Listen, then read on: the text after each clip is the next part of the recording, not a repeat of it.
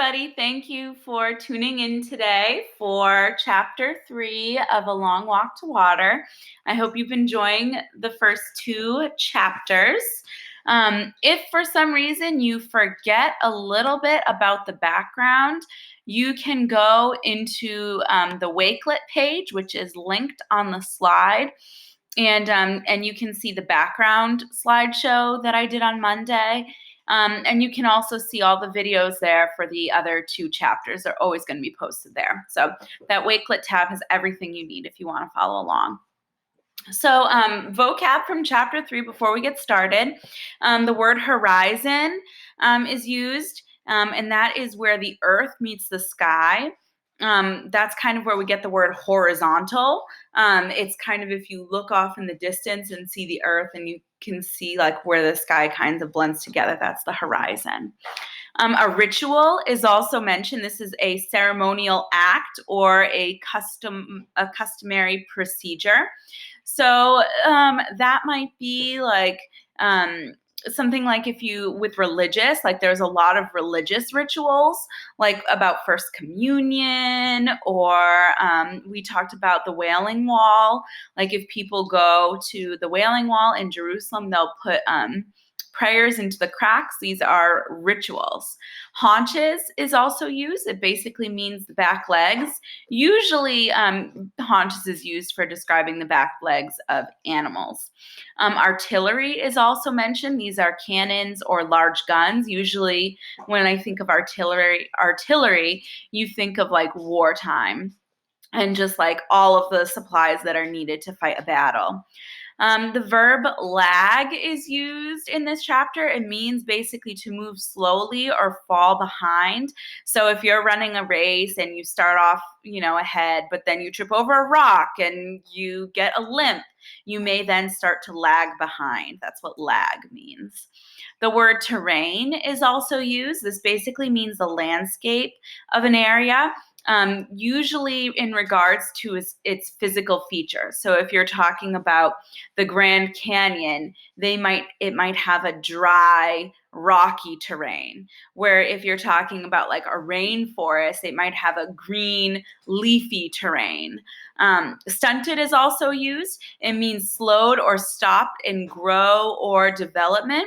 Sometimes you might use it to describe like a plant that went for a period without water and then it kind of stopped growing. The growth might have been stunted. And also the word sluggishly, isn't that kind of fun? The word slug you can see in sluggishly. So basically if you are moving sluggishly, you are kind of acting like a slug. Okay. So those were some words that will come up in the chapter. All right, so beginning chapter 3. This is on page 14 if you're following along. Southern Sudan, 2008. The smudge on the horizon gained color as Naya drew nearer, changing from hazy gray to olive green. The dirt under her feet turned to mud, then sludge, until at last she was ankle deep in water. There was always so much life around the pond. Other people, mostly women and girls who had come to fill their own containers, many kinds of birds, all flap and twitter and caw, herds of cattle that had been brought to the good grazing by the young boys who looked after them. Naya looked at the hollowed gourd that was tied to the handle of the plastic container. She untied it, scooped up the brown, muddy water, and drank. It took 2 gourdfuls before she felt a little cooler inside. Naya filled the container all the way to the top. Then she tied the gourd back in place and took the padded cloth donut from her pocket.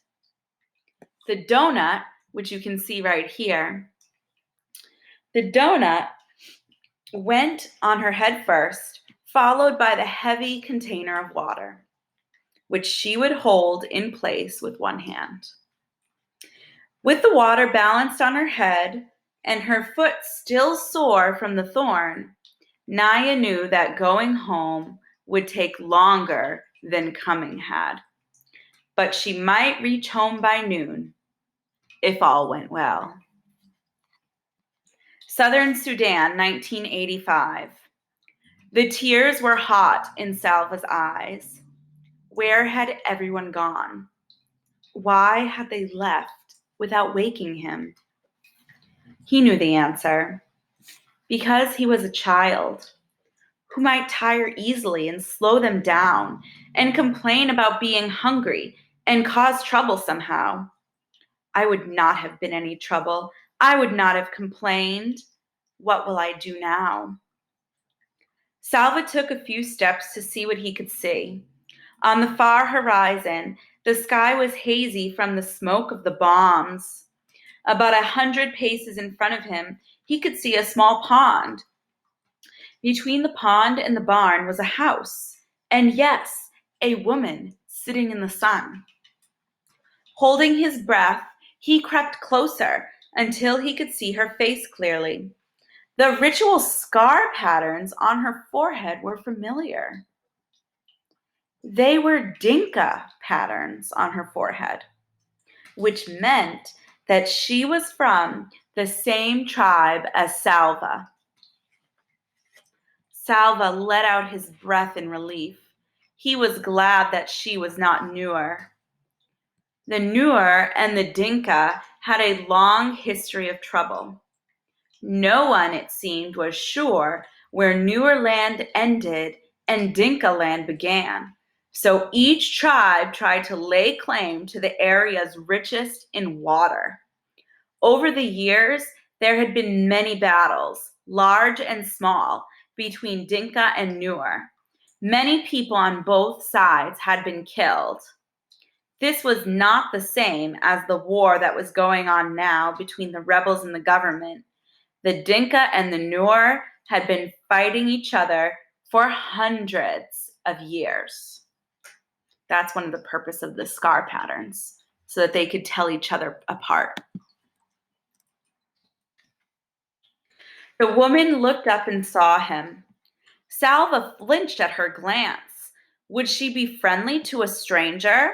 Would she be angry with him for spending the night in her barn? But at least he was not alone now, and that knowledge was stronger than the uncertainty about what the woman might say or do to him. He walked toward her. "Good morning, Auntie," he said, his voice trembling. She nodded at him.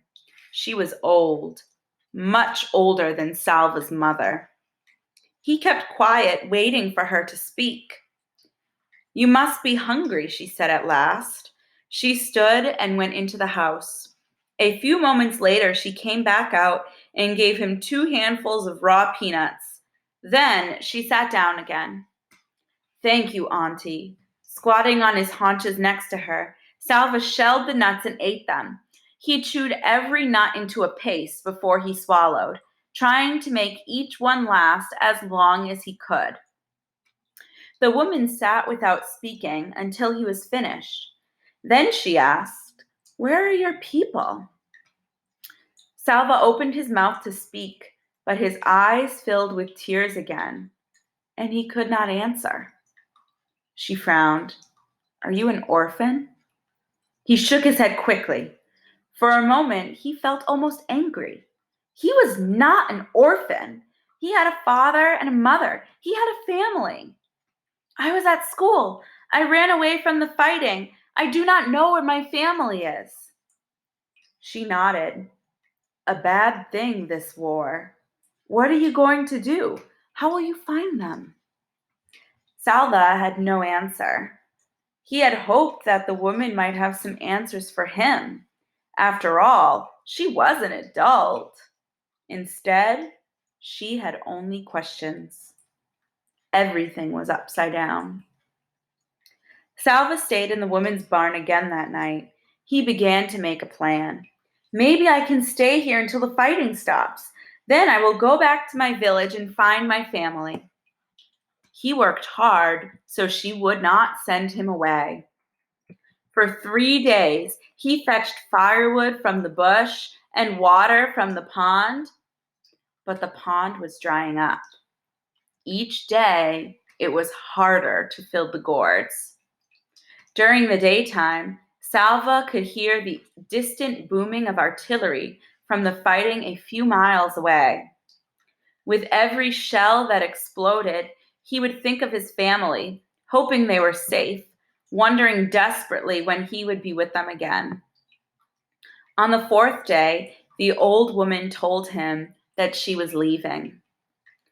You have seen that the pond is only a puddle now. Winter is coming, and the dry season, and this fighting. She nodded her head in the direction of the noise. I will go to a different village near water. You cannot stay with me any longer. Salva stared at her as panic rose inside him. Why can't I go with her? The woman spoke again before he could ask aloud. The soldiers will leave me alone. An old woman on her own? It would be more dangerous for me to travel with you. She shook her head in sympathy. I am sorry I cannot help you anymore, she said. Wherever it is you walk, just be sure to walk away from the fighting. Salva stumbled back to the barn. What will I do? Where will I go? The words repeated themselves 1,000 times in his head. It was so strange. He had known the old woman for only a few days, but now he could not imagine what he would do once she was gone. He sat inside the barn and stared out, looking at nothing. As the light grew dimmer, the noises of evening began. The buzz of insects, the rustling of dry leaves, and another sound. Voices? Salva turned his head toward the sound. Yes, it was voices. Some people were walking toward the house, a small group, fewer than a dozen. As they approached, Salva took a sharp breath. In the fading light, he could see the faces of those nearest to him. 2 of the men had patterns of V-shaped scars on their foreheads. Dinka patterns again. The kind that were given to boys in Salva's village as part of the ritual of becoming a man. These people were Dinka too. Could his family be among them? So thank you for reading with us. I hope you tune back in tomorrow for a reading of chapter 4. Bye everybody, miss you.